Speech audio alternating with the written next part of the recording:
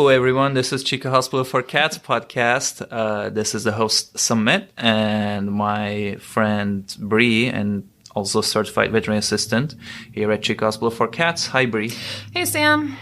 Hey, Bre. So today, this is something that you are well experienced with, the topic that we're going to talk about. Yes. I'm just going to let you explain what we're going to talk about today. So today we are going to discuss inappropriate urination in the household. I know. It is one of the things that we see very frequently in a cat hospital, and it's also one of the most frustrating things for owners to deal with and find the source of. So we're going to talk a little bit about the causes, the treatment, and then kind of delve into medical versus behavioral issues with inappropriate urination. Yeah, and we might also give you some tips down the road about what kind of litter or litter boxes to use, what your options are out there.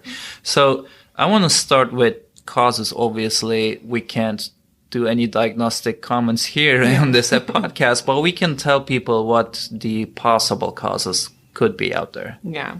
And there is medical versus environmental with the causes as well. So, I mean, anytime your kitty's going outside the box, first thing you want to do is go to the vet, because there's a very likely possibility that they could have a urinary tract infection, and that's their way of telling you.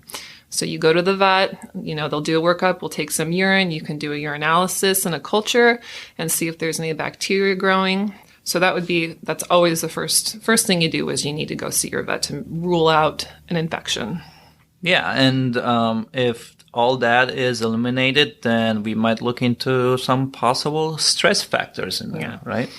And cats get very stressed very easily. Change, even minute, can really throw off how they're feeling. So, there could be new animals in the home. Sometimes you don't think about new animals being outside, like the neighborhood cat. Who's coming up to say hi, and you might not even know. Yeah. Or raccoons even, and then they start going to the bathroom to potentially mark their territory. And sometimes you move a chair from one corner to the other in the living room, and he or she looks at you and says, "Why did you move that? What's going on?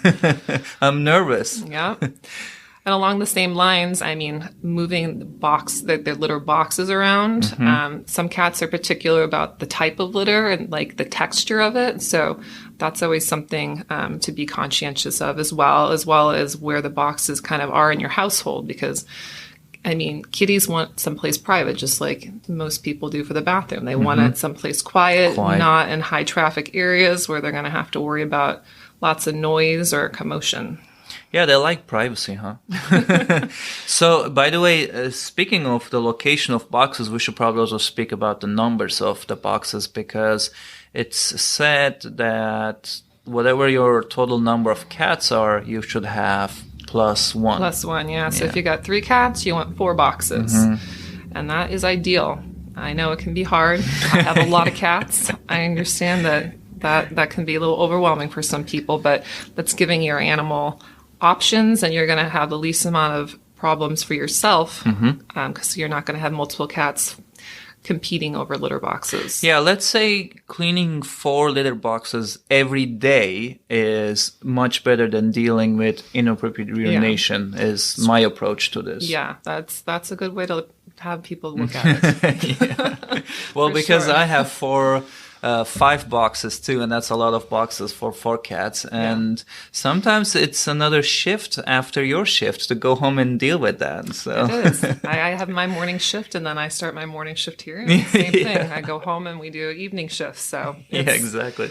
Yeah, so go ahead. And then you said behavioral. There could be some stress issues, environment problems could be one of those. And of course, the litter box itself is very, very important in this episode to mention too, because not just the type or number of litter box, but also the type of litter in it is important, right? Yep. The type of litter, how much litter. It's recommended to have 2-inch depth, so they have enough room to kind of bury it, but not be too deep. Also, different cats have different preferences in terms of whether their litter box is covered or not. True. I did have a cat who had a covered litter box, and then when she got a little bit bigger, she started going right outside the front.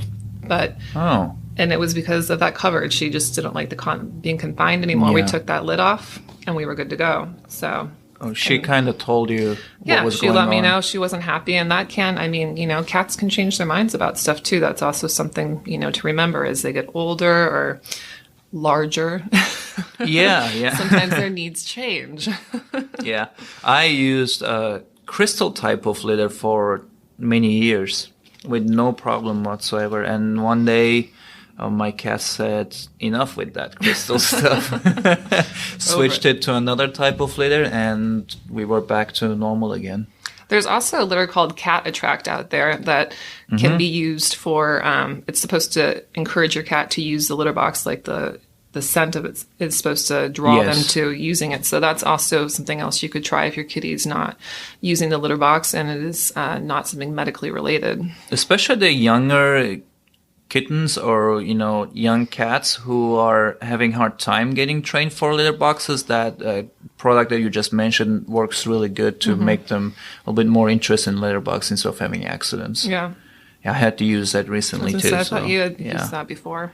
Okay, so another way to kind of help in the household with the potential of stress too, I'm sure many of you have heard of Feel Away, which is it's a product that you can plug into the wall that emits pheromones that are supposed to be soothing and calming to the cat. So if the cat is stressed, there's actually two separate types. There's a multi-cat household, which can help when you just have multiple cats to kind of relax everyone.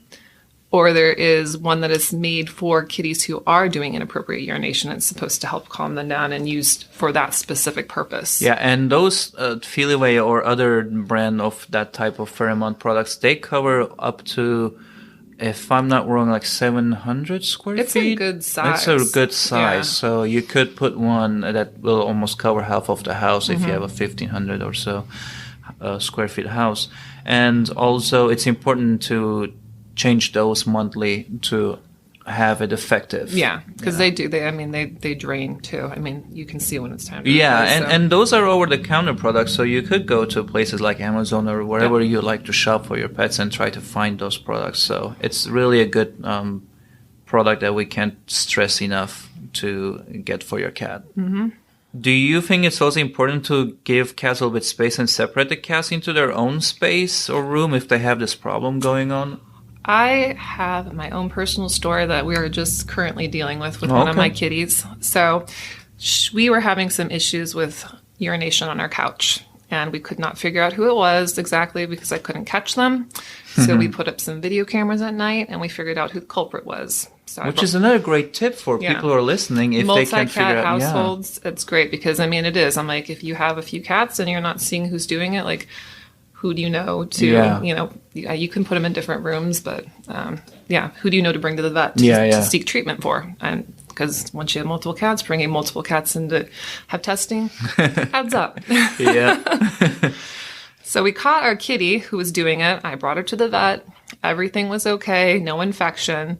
So I thought the main reason for what was going on is because she was stressed because we have another kitty in the house who likes to come after her occasionally. And so she was hiding more frequently, and I thought the urination was probably a result of her being fearful to get trapped in a litter box. So we have a cat room now.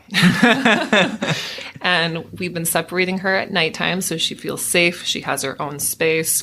She's got multiple litter boxes. We've got toys. She's got cat towers. We are accident-free. Wow, she got her all exclusive own room there? Well, she usually shares it with one of our other kitties because she doesn't like to be alone. So I put one of my other really mellow kitties in there who enjoys the space too. So she has a buddy at night. She's always ready to come out in the morning, but she's really happy and relaxed to be in there. Like she's purring, she's coming up and she's being a lot more affectionate with me. So it's really worked some wonders having that separate space for her to kind of decompress and not feel fearful.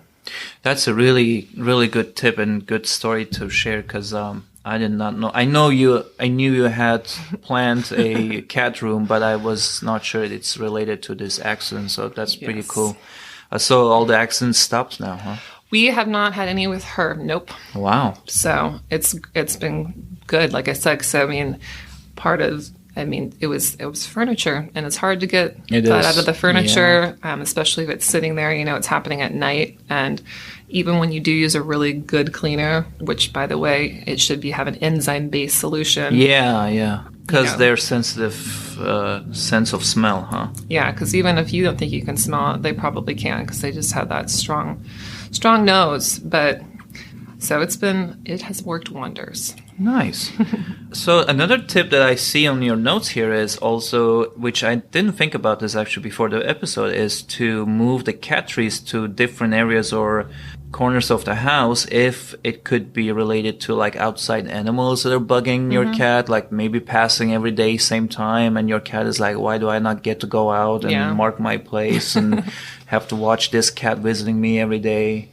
So you could move that cat tree where your cat likes to sleep every day or take a nap, and maybe have them a little bit less exposed to this situation. Yeah, not quite right in your face. Or even just closing the blinds. You know, if there's a kitty who sometimes your neighbor's kitties come and visit, or they sit on the porch or the fence, and if they don't have to see that other cat, that could make a big difference for them as well. Yeah, these are really nice tips. Also, let's not forget to mention, and I'm really bad at this too, but the litter box itself, after maybe half a year or a year, at some point should be probably totally exchanged with a brand new litter box, because swap it out. Yeah, because over the months and years, the odor will really accumulate there, and it's a good idea to start fresh for your cats. Like we said before, even if you are cleaning it out, those odors are going to stick to it after that long a time. So that's very important also to keep in mind. All right, well, I think this is all we have today to discuss about this. Tell us what you think about your own story. If you have any experience with this or any solutions you've found in the past, you can find us on Apple Podcasts, Spotify, chicocats.com, or even on Facebook and Instagram. All right, we'll see you guys on the next podcast. All right, thank you. Bye-bye.